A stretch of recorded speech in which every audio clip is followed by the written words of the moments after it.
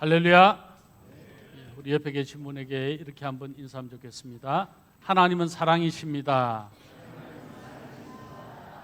한 번 더 인사하겠습니다. 하나님은 우리를 반드시 복 주시는 분이십니다. 너희는 도시를 축복하라. 9번째 네 가지 축복 시리즈 마지막 시간입니다. 오늘은 취업과 진로의 축복인데요. 이것은 취업과 진로, 직장, 그리고 사업 전반적인 이 땅에서 성도들이 어떤 승리의 삶을, 어떤 축복의 삶을 살아가야 되는가, 또 그 삶의 고백을 통해서 어떤 일이 일어나는가 하는 것을 중심으로 우리가 함께 말씀의 은혜를 나누고자 합니다. 우리가 잘 아는 아리스토텔레스가 이런 말을 했습니다. 희망은 깨어있는 꿈이다. 이 말은 희망은 우리가 깨어서 마치 현실, 지금 경험하는 것처럼 살아가는 꿈과 같다라는 의미입니다. 슈바이츠 박사가 이 희망에 대해서 이렇게 또 표현합니다. 성공의 비결은 전 생애를 통하여 희망을 잃지 않는 것이다. 희망이 참 중요하다라는 거죠. 희망이란 우리가 언젠가 반드시 이루어질 미래의 성공, 축복을 바라보면서 언제나 긍정적 기대로 살아가는 것을 말하는 것이죠. 예를 들면 그런 것입니다. 사업을 하는 사람이 내가 경영하는 이 사업을 통해서 언젠가 반드시 성공하고 잘 될 것이라고 하는 이런 기대, 이것이 동기가 되고 힘이 되어서 사업이 힘들고 어려워도 끝까지 인내하면서 이 희망을 잃지 않으며 나아가는 것을 말하는 것이죠. 여러분, 이것은 꼭 사업가만 아니라 이 땅에서 살아가는 우리 모두가 가져야 될 중요한 것이 희망이라고 하는 사실이라는 거죠. 그런데 현대인들은 내가 실패하거나 어려운 일을 만나면 쉬 낙심하고 좌절하고 절망하게 됩니다. 이유는 도대체 무엇일까요? 그 소망을 자기 자신에게 두었기 때문에, 희망이 나로 말미암아 이루어지는 것이라고 생각했기 때문에, 또 다르게 표현하면 이 땅에 희망이 있는 것처럼 살았기 때문에 낙심하고 좌절하고 절망하고 포기하는 인생이 되더라 하는 겁니다. 그렇다면 진정한 희망은 누가 주는 것일까요? 이 희망은 어떻게 우리가 소유할 수 있게 되는 것일까요? 바로 우리의 참 소망 되신 하나님, 그분을 믿는 믿음으로 말미암아 가진 소망, 이것이 성도들에게 있을 때 성도들은 진정한 그 희망을 현실로, 하나님이 주신 축복으로 눈으로 보고 손으로 만지게 되는 것입니다. 하나님은 우리 모두가 복 받기를 원하십니다. 우리 모두가 잘 되기를 원하십니다. 그런데 때로는 우리가 하나님의 뜻을 이루며 살아도 일이 잘 풀리지 않고 꼬이는 인생처럼 살아갈 때도 있습니다. 그런 때에도 하나님은 여전히 우리를 복 주시기를 기뻐하시고 우리를 언제나 복 주시는 분이시라고 하는 이 희망, 이것이 하나님께 소망을 둔 성도의 진정한 모습이죠. 이것을 다르게 표현하면 믿음이라고 말할 수 있는 것입니다. 우리의 소망이 하나님께 있습니다라고 하는 이 믿음을 예수 그리스도를 믿는 저와 여러분이라면 이 희망을 잃지 않는 존재가 되어야 되는 것이죠.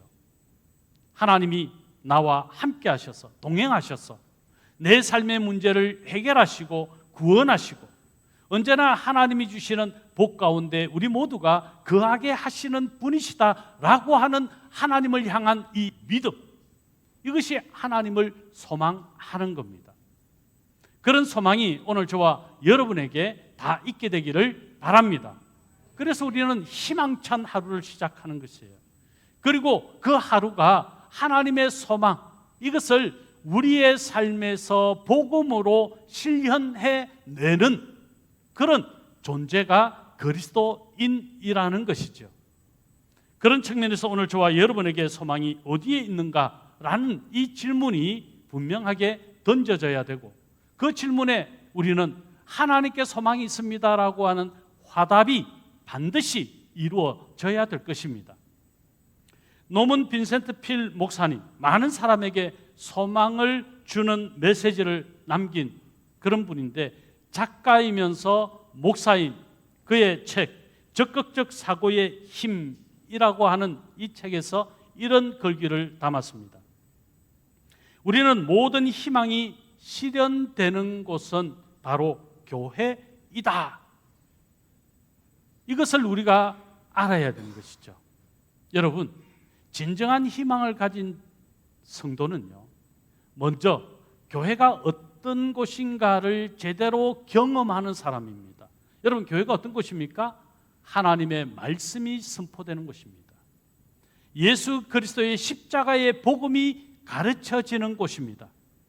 예수 그리스도의 복음의 삶을 살기로 결단하고 그 복음의 능력을 우리의 삶 가운데 나타낼 수 있는 예배자들이 모인 곳이 교회이고, 그 예배가 하나님 앞에 온전히 드려지게 사는 오늘 저와 여러분이 교회입니다. 그러므로 교회 공동체는 예수 그리스도와 먼저 연합되어졌고, 또 성도가 서로 연합되어질 때라야 진정한 희망을 이루는 하나님께 소망을 둔 성도의 삶이 된다는 것입니다. 나 홀로 신앙 괜찮다, 그게 아니라는 것이죠. 내가 예수 믿으면 되지 꼭 교회 가야 돼? 내가 개인적으로 가정에서도 예배할 수 있는데 그렇게 예배하면 되지 꼭 교회 공동체와 함께 해야 돼? 라고 말한다면 그는 교회가 우리에게 주신 하나님의 엄청난 축복을 알지 못하는 것이고, 제대로 믿음을 가지지 않은 것이고, 하나님이 진정한 소망이 된다는 것 자체도 지식적으로만 아는 것이지 믿는 것이 아니라는 거예요. 교회는 그런 의미에서 우리가 진정한 복을 누려갈 수 있게 하나님께서 만드신 예수 그리스도의 몸입니다. 그래서 예수 그리스도의 몸이라고 하는 이 지체의식은 너무 중요한 것이고, 예수 그리스도의 몸에서 분리되어서 내 개인, 내 혼자, 내 가정만, 이것은 잘못된 믿음이 되겠죠.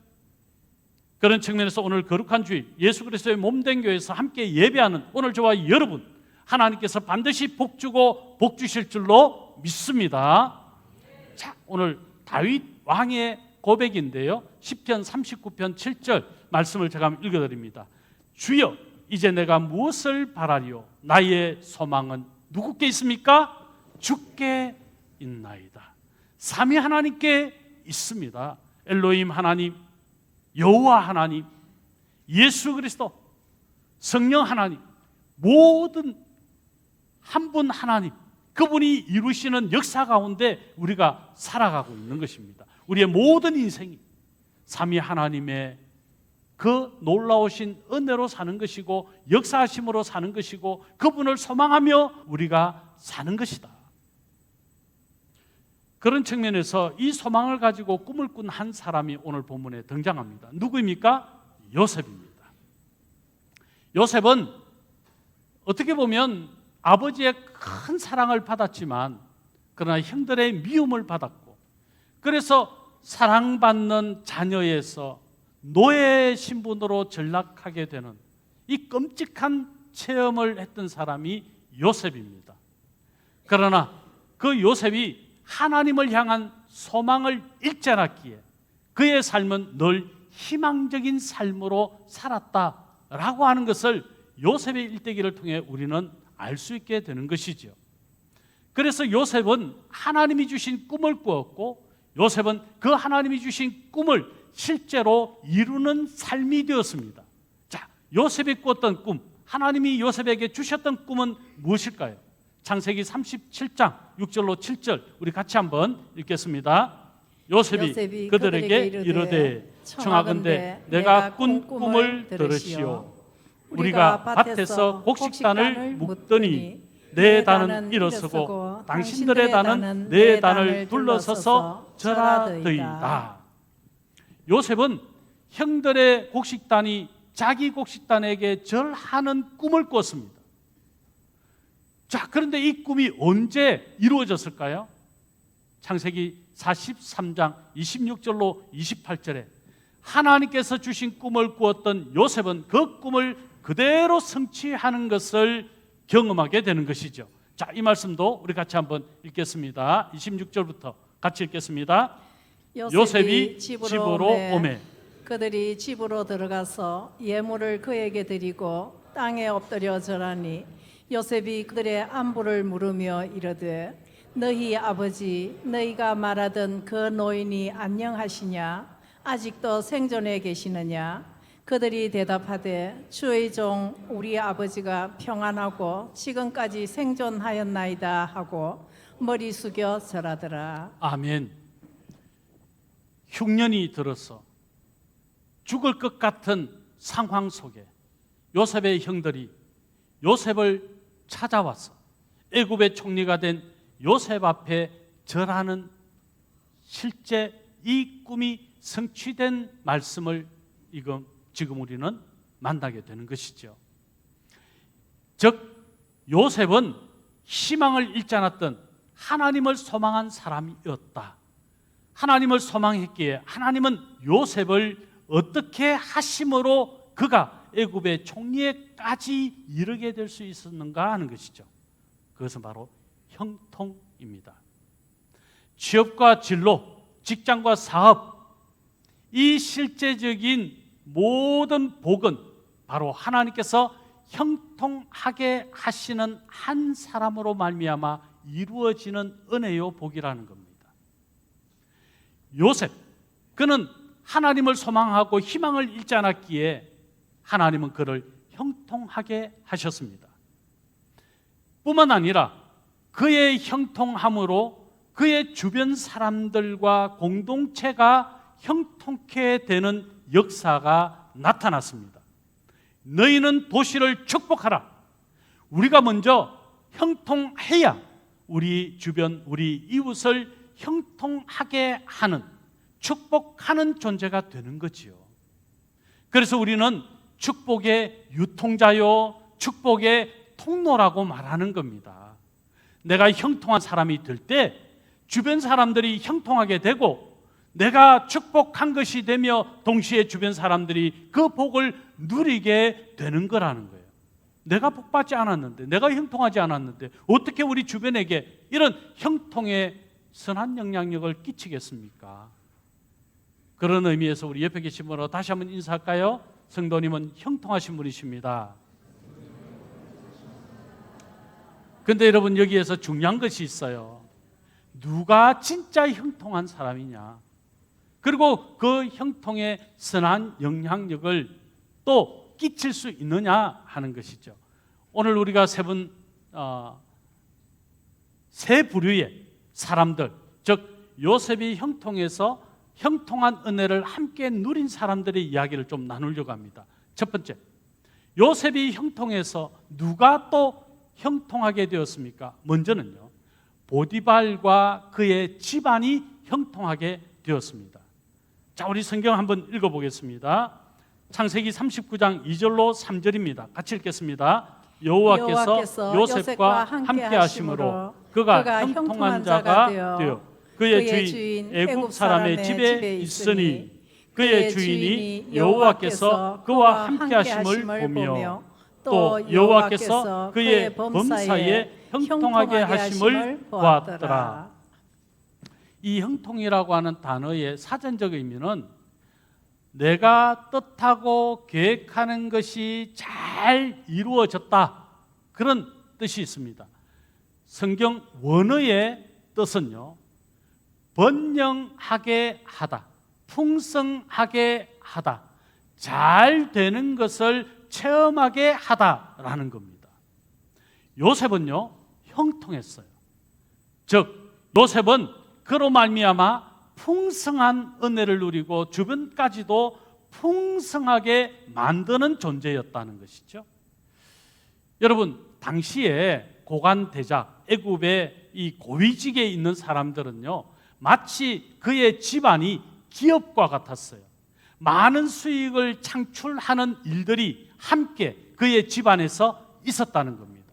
그래서 많은 일을 해야 되는 종들이 있었고, 또 그 종들이 관리하는 여러 가지 분야의 일들을 함께 경영해 나갔다는 것이에요. 보디발이라고 하는 이 사람이 당시에 왕의 총애를 받았을 뿐 아니라 그는 고관 대작, 귀족이었어요. 그의 집안도 대단한 집안이었다는 것입니다. 경영해야 될 많은 일들이 있었다는 거예요. 요즘으로 따지면 개인 기업을 운영하는 것과 같은 그런 사람이었다는 것이죠. 그래서 그 모든 경영을 도맡아서 누군가 할 사람이, 즉 종들 중에서도 고위직의 종이 필요했던 겁니다. 여러분, 주인 입장에서, 오너 입장에서 누구를 자기의 집안을 경영할 고위직으로 임명하겠습니까? 성실해야 되겠죠. 진실해야 되겠죠.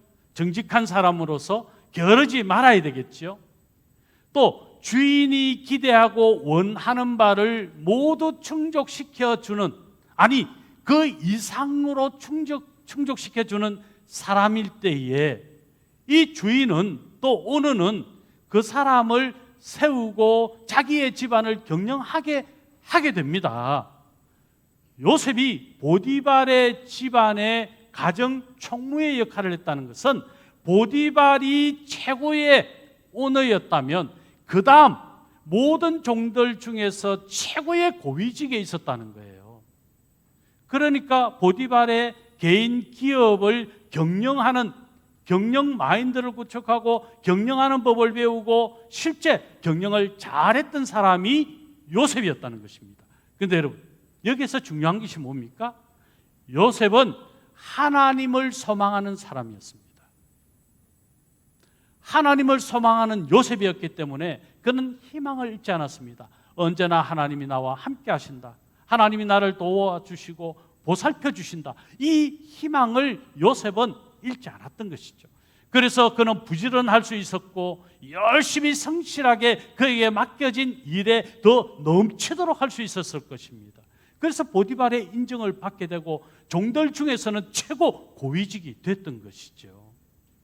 여러분, 요셉의 형통함으로 누가 형통을 누리게 됐습니까? 보디발이 먼저 누린 겁니다. 보디발의 집안이 더 잘 됐던 것입니다. 흥왕케 됐던 것입니다. 그러니까 요셉이 형통함을 통해서 그의 주인 보디발과 그의 집안이 형통하게 되는 역사가 있게 되었다. 오늘 저와 여러분이 어떤 존재여야 되는가 하는 것을 우리가 느낄 수 있잖아요. 우리가 누구의 기업에 가 있든 어떤 기업에 있든 우리의 모습이 하나님을 소망하고 희망을 짓지 않았다면 그 기업에서 우리는 인정받을 수밖에 없어요. 대충 눈에 보일 때만 잘하는, 또 거짓말도 하고 사기도 치고 그렇게 세상 사람들하고 비슷하게 살았다면 우리가 형통한 요셉이 될 수 있을까요? 형통한 요셉이 형통에 선한 영향력을 끼친 그와 같은 영향력을 드러낼 수 있을까요? 두 번째, 요셉의 형통을 통해서 형통을 누린 또 다른 특별한 사회 기관이 있습니다. 감옥입니다. 두 번째는 간수장과 감옥을 형통하게 했다는 거예요. 자, 오늘 39장 9절의 말씀인데 우리 이 말씀은 요셉이 감옥에 갇힌 이유를 지금 밝혀주는 거예요. 자, 같이 한번 읽어봅니다. 이 집에는 나보다 큰 이가 없으며 주인이 아무것도 내게 금하지 아니하였어도 금한 것은 당신뿐이니 당신은 그의 아내임이라. 그런즉 내가 어찌 이 큰 악을 행하여 하나님께 죄를 지으리까. 여러분, 형통한 사람도 때로는 억울한 일을 만나네요. 요셉이 하나님께 소망을 두고 희망을 잃지 않고 형통했던 사람이었음에도 불구하고 그도 모함을 당하고 옥에 갇히게 되는 이런 억울한 일이 있네요. 여러분, 우리가 아무리 신앙생활을 잘하고 또 우리가 하나님의 축복을 많이 받아도 여러분, 때로는 이런 억울한 일이 있을 수 있어요. 내가 생각하지 못한 일이, 어려움이, 문제를 만날 때가 있어요. 그럼에도 불구하고 그 보디발의 아내의 유혹을 뿌리쳤던, 자, 여기에서 정말 요셉의 위대함이 무엇입니까? 이 말이지요.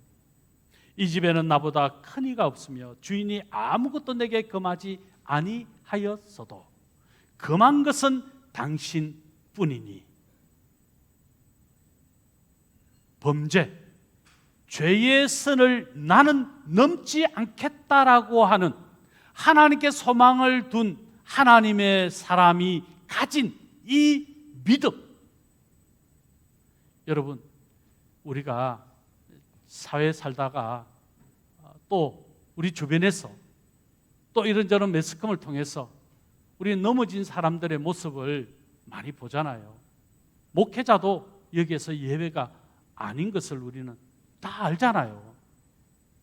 하나님이 금하신 것에 내가 분명하게 그 믿음을 지키려고 하는 의지를 실현해내는 것이 정말 중요하다. 어떻게 보면 요셉이 적당히 그의 아내와 그렇게 관계를 맺고 아내의 인정도 같이 더불어 받으면 내가 좀 더 호의호식하고 내가 좀 더 잘 될 거야 라는 유혹이 있을 만하지 않았겠어요? 그러나 그의 중심, 내가 범죄하지 않겠다. 주인에 대하여 내가 범죄하지 않고 무엇보다도 하나님께 내가 범죄하지 않겠다. 이게 하나님께 소망을 둔 사람의 특징입니다. 세상과 타협하면 안 돼요. 범죄, 죄와 타협하면 안 돼요. 하나님께 소망을 둔 사람, 희망을 잃지 않은 사람은 결코 죄와 타협할 수가 없어요. 요셉이 그랬다. 하나님은 그런 요셉을 형통하게 하셨고, 하나님은 그가 억울하게 감옥에 갇히는 신세가 되었지만 그럼에도 불구하고 그 감옥이라고 하는 특수한 사회, 특수한 공동체 안에서도 하나님은 그를 형통하게 하시고 하나님께서는 간수장과 그 감옥을 형통의 선한 영향력을 나타내며 살게 하셨다. 자, 하나님 말씀 한번 읽어볼까요? 39장 23절입니다. 같이 읽습니다. 간수장은 그의 손에 맡긴 것을 무엇이든지 살펴보지 아니하였으니 이는 여호와께서 요셉과 함께 하심이라. 여호와께서 그를 범사에 형통하게 하셨더라.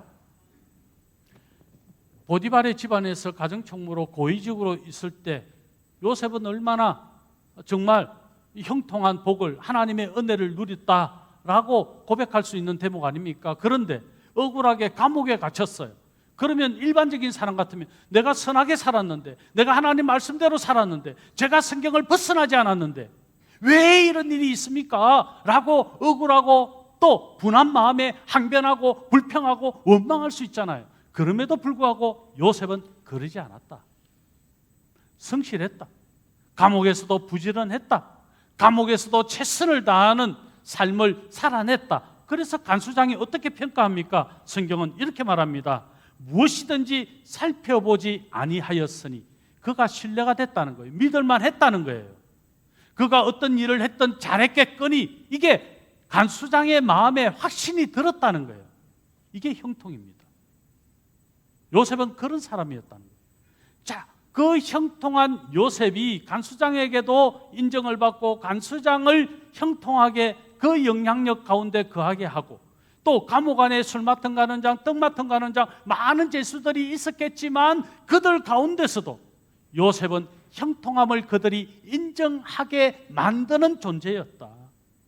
어떻게 가능했습니까? 하나님께서 요셉을 형통하게 하셨기 때문입니다. 자, 그 말씀이 그를 범사에 하나님께서 형통하게 하셨다, 성경이 말하잖아요. 하나님께서 왜 요셉을 형통하게 하셨나요? 그는 하나님께 소망을 두었거든요. 이 땅에 소망을 둔 게 아니거든요. 지금 내 눈에 보이는 것이 전부요, 그것이 소망이 아니었거든요. 여러분, 우리가 이 땅에 소망을 두고 내 눈에 보이는 것에 소망을 두면요, 실패할 수밖에 없어요. 낙심할 수밖에 없어요. 좌절하고 불평하고 원망하는 존재가 될 수밖에 없어요. 그러나 요셉은 그런 중에도 불평하고 원망하는 실패자가 아니라, 그런 중에도 하나님이 형통케 하신 믿음의 소망, 하나님을 향한 그 소망을 결코 잃지 않는 사람이었다. 요셉이 그랬다면 그도 우리와 똑같은 성정이잖아요. 그럼 우리도 요셉같이 사는 것이 당연하지 않습니까? 그런 중에 요셉은 술 맡은 가는장의 꿈을 해몽하게 되지요. 자, 창세기 40장 14절 우리 같이 한번 읽어보겠습니다. 당신이 잘 되시거든 나를 생각하고 내게 은혜를 베풀어서 내 사정을 바로에게 아뢰어 이 집에서 나를 건져 주소서. 희망을 잃지 않았다는 것이죠. 하나님이 주신 꿈을 꾸는 사람은요, 희망을 잃을 이유가 없어요. 잃을 수가 없어요. 그런데 내 꿈에 사로잡힌 사람은요, 안 되면 희망을 잃어버려요. 그런데 요셉은 하나님이 주신 꿈을 꾸었거든요. 내가 비록 지금 실패자의 모습같이 살아간다 할지라도 하나님이 나를 다시 회복시키실 하나님의 보살핌을 믿거든요. 그래서 요셉은 술 맡은 간원장의 꿈을 해석하게 되었고 그에게 부탁하게 된 것입니다. 내가 당신을 그 꿈을 해석해서 다시 왕에게 등용되는 것을 기억해 주십시오. 무슨 말입니까? 희망을 잃지 않았던 요셉은 나를 기억해서 내가 이 감옥에서 나가서 다시 자유하게 되는, 요셉의 꿈은 그 정도 아니었겠어요? 애굽의 총리였다는 생각을 해보았겠습니까? 그에게는 비록 자신이 그리고 있는 그림이 제한적이고 한계가 있었지만 그럼에도 불구하고 그 꿈을 꾸면서 희망을 잃지 않았다. 믿음의 사람은 그런 거예요. 어떤 어려움이 와도 희망을 잃을 이유가 없어요. 언제나 하나님께서 나와 함께 하신다는 이 믿음을 가지고 하나님을 소망하면 희망을 잃지 않게 되어 있다는 것입니다. 왜 인상을 찌푸리고 왜 절망하고 낙심하고 왜 실패자처럼 살아요? 하나님께 소망을 안 두니까. 내 눈에 보이는 것에 소망을 두고 내 손에 만져지는 것만 소망이라고 여기고 이 땅에 소망을 두니까 그런 실패자처럼 사는 거죠. 술 맡은 간흥장이 이 요셉의 기대에 부응했나요? 요셉의 요구, 요셉의 부탁을 기억하고 그것을 들어줬을까요? 예, 나중에 들어주지만 들어주는 데까지 시간이 무려 성경에 보니까 2년여 세월이 걸렸어요. 여러분, 2년여 시간이 감옥에서 내가 그 정도로 당신을 도와줬으면 당신이 나를 좀 기억해야 되지 않겠는가 라고 하는 마음이 생길만 하잖아요. 아니, 저 변망덕한 저 술 맡은 간흥장, 내가 그렇게 자기를 도와주고 극진히 내가 보필해 줬는데 아니 나를 기억하지 못하다니 괘씸한 인간, 자꾸 떠오르지 않을까요? 그런데 그 2년여 세월 하나님께서 형통하신 요셉은 언젠가 하나님께서 회복하게 하시리라 이 믿음만 가지니까, 이 믿음이 있으니까 그런 상황 가운데서도 원망하지 않았겠죠. 자, 2년여 세월 우리 창세기 40장 23절 한번 보십시오. 제가 읽어드릴게요. 술 맡은 관원장이 요셉을 기억하지 못하고 그를 잊었더라. 여러분, 우리가 누구를 도와주고요, 누구에게 은혜를 베풀어주고, 그때 우리 자세는, 태도는 보통 어떻습니까? 일반적으로 아니, 내가 그렇게 도와줬는데, 내가 그렇게 은혜를 베풀어줬는데 나를 기억하지 않아? 저 못된 인간. 이게 일반적인 사람들 반응 아닙니까? 2년여 세월이 지났어요. 그럼에도 불구하고 요셉은 인간을 보는 것이 아니라 누구를 봤어요? 하나님을 봤어요. 요셉이 가진 것이 뭐예요? 하나님을 소망하는 이 희망이었다는 것이죠. 그런 요셉을 하나님은 이제 어떻게 하십니까? 하나님께서 또 형통케 하시는 일을 일으키시는 것이죠. 자, 요셉을 통해서 또 어떤 공동체가 형통케 되었습니까? 세 번째, 바로와 애굽을 형통하게 하셨습니다. 자, 성경 오늘 본문인데요. 자, 41장 37절로 41절까지 우리 연속해서 같이 한번 읽겠습니다. 바로와 그의 모든 신하가 이 일을 좋게 여긴지라. 바로가 그의 신하들에게 이르되 이와 같이 하나님의 영에 감동된 사람을 우리가 어찌 찾을 수 있으리요 하고 요셉에게 이르되 하나님이 이 모든 것을 내게 보이셨으니 너와 같이 명철하고 지혜 있는 자가 없도다. 너는 내 집을 다스리며 내 백성이 다 내 명령에 복종하리니 내가 너보다 높은 것은 내 왕조뿐이니라. 바로가 또 요셉에게 이르되 내가 너를 애굽 온 땅의 총리가 되게 하노라 하고. 아멘. 여러분, 요셉이 형들에게 팔려가 노예 신분이 됐던 때가 17살 때였어요. 이제 드디어 바로의 꿈을 해석해서 애굽의 총리가 되는 요셉입니다. 그때 그의 나이가 몇 살입니까? 30살이에요. 30세. 몇 년의 세월이 흘렀습니까? 13년의 세월이 흘렀어요. 뭐 꼭 13년이란 세월이 의미하는 게 뭐 어떤 것이다라고 이야기할 수는 없지만, 그러나 10여 년 이상 되는 세월을 아버지의 사랑받던 아들에서 노예로 전락하고 죄수로 전락했던 그 시절이 13년이었다라는 대목은 실로 인간이 경험할 수 있는 가장 비참한 상황에 처하고 인내하지 않으면 견딜 수 없는 인생이었다라는 것을 우리가 떠올리게 되는 것이죠. 그런 13년의 세월, 그는 하나님을 소망했고 희망을 잃지 않았기에 하나님은 그를 형통하게 하셨고, 여권은 바로를 형통하게 하시고 애굽을 형통하게 하시고 주변 민족, 흉년으로 죽을 수밖에 없는 수많은 사람들뿐 아니라 그의 아버지와 그의 형들마저도 형통하게 하는 역사를 일으킨 거예요. 하나님을 소망하는 사람들이 오늘 저와 여러분입니다. 어떻게 해요?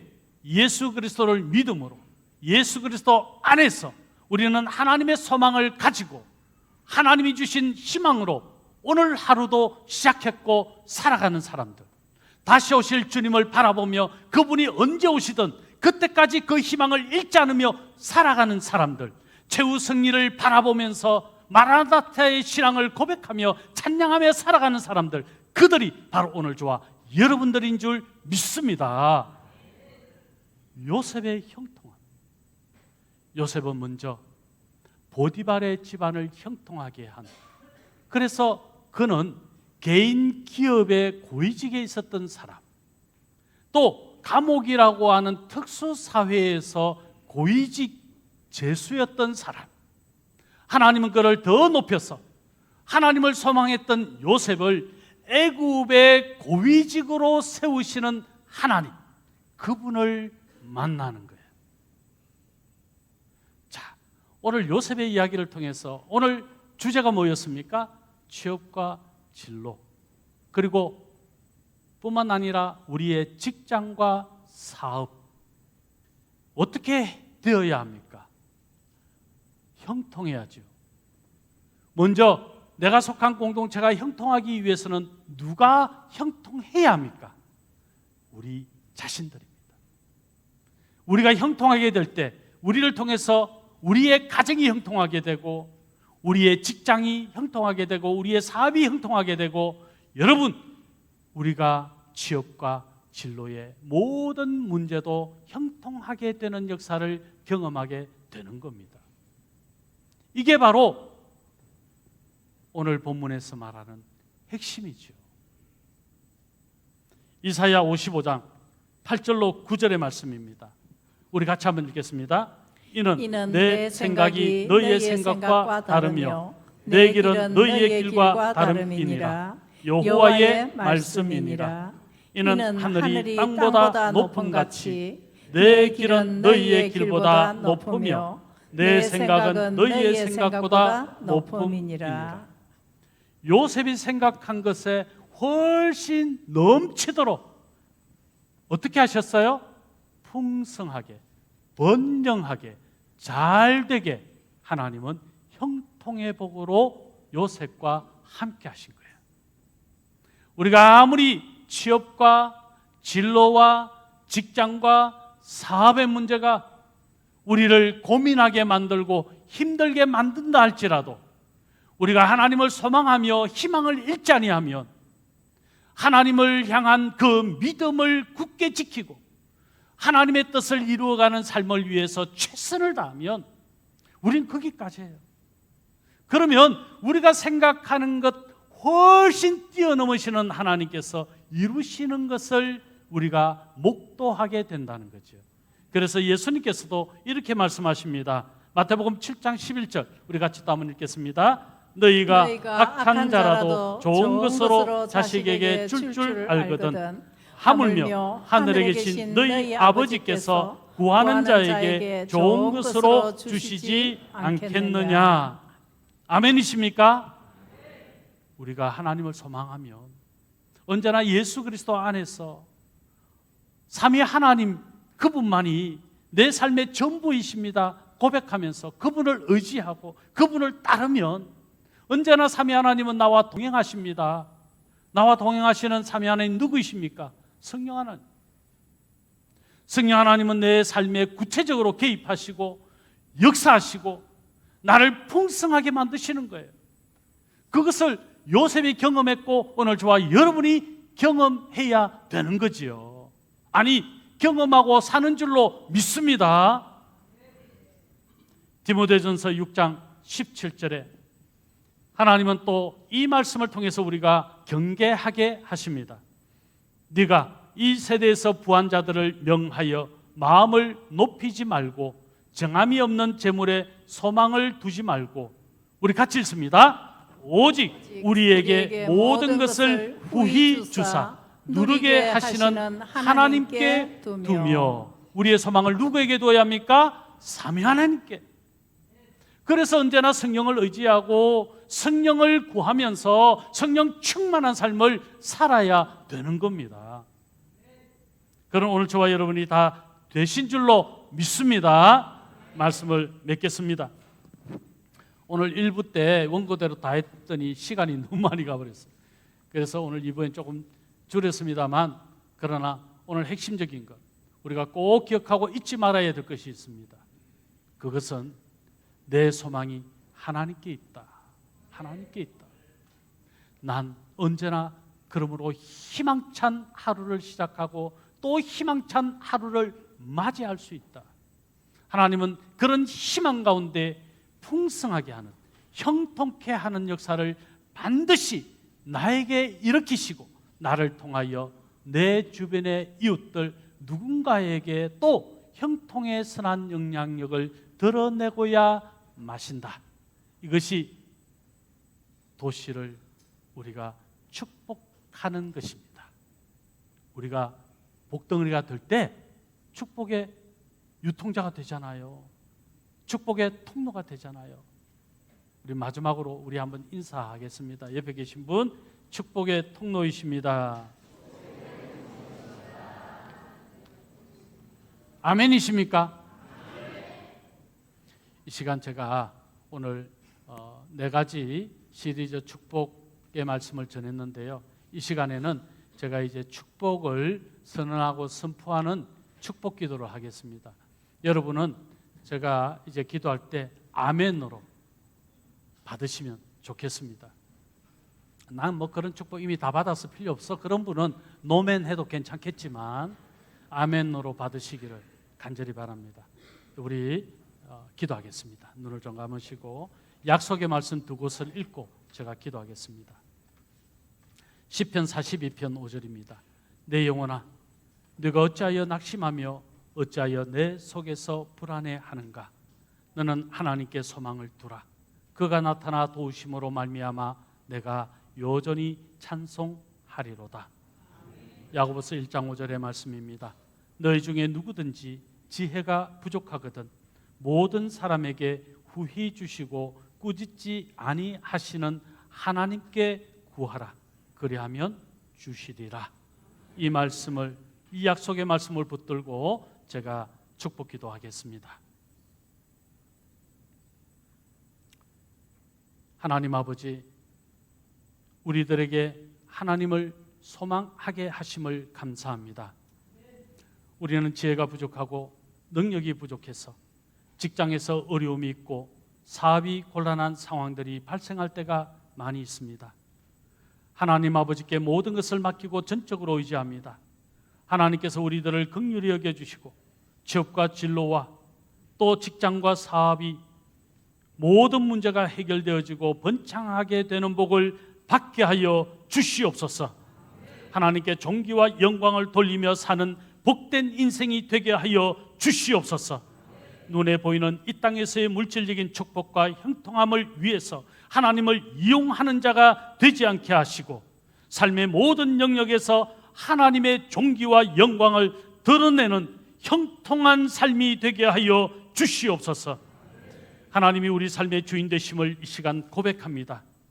하나님의 자녀로서 우리의 주가 되신 예수님의 능력과 그 이름을 의지하며 선포하기 원합니다. 주님, 종의 간구함을 들으시고 응답하여 주옵소서. 우리와 우리 가족이 경영하는 사업이 더욱 번창하고 발전할지어다. 우리의 취업과 진로의 문제는 해결되고 형통하게 될지어다. 어려운 문제는 사라지고 그 문제가 속히 해결될지어다. 온 우주의 왕이신 예수님의 이름으로 선포하고 선언하며 명령하노니 우리들이 소속되어 있는 직장과 일터가 튼튼하게 성장할지어다. 직장 생활에 대한 고민과 문제들이 원만하게 해결될지어다. 취업과 진로의 고민이 원만하게 해결될지어다. 모든 사업과 경제활동을 주관하시는 하나님의 자녀로서 예수 그리스도 안에서 이루는 형통한 삶이 우리의 삶이요, 우리의 형통한 삶을 통하여 우리의 가족과 우리가 접하는 주변의 이웃들 공동체가 형통하게 될지어다. 절망과 낙심은 우리에게서 사라질지어다. 포기하고 좌절하고 불평하고 원망하는 쓴뿌리는 사라질지어다. 지혜와 명철함이 우리에게 가득해지고 하나님이 주시는 은혜와 평강이 날마다 찬양으로 고백되게 하여 주시옵소서. 여호와는 나의 반석이시오, 나의 요새시오, 나를 건지시는 이시오, 나의 하나님이시오, 내가 그 안에 피할 나의 바위시오, 나의 방패시오, 나의 구원의 뿌리시오, 나의 산성이심을 고백합니다. 오 하나님 아버지, 나의 반석이신 하나님, 나의 요새이신 하나님, 나를 건지시는 하나님, 하나님의 자녀로서 예수 그리스도의 이름으로 날마다 승리하며 살아가게 하여 주옵소서. 우리 모든 성도들의 가정을 축복하시고 직장을 축복하시고 사업을 축복하시고 취업과 진로의 모든 복을 허락하여 주옵소서. 우리 삶의 요새이신 삼위 하나님 감사합니다. 우리의 피난처이신 하나님을 찬양합니다. 우리의 영혼이 하나님을 찬양합니다. 지금도 살아계시고 역사하시는 우리 구주 예수 그리스도의 이름으로 축복하오며 기도하옵나이다. 아멘.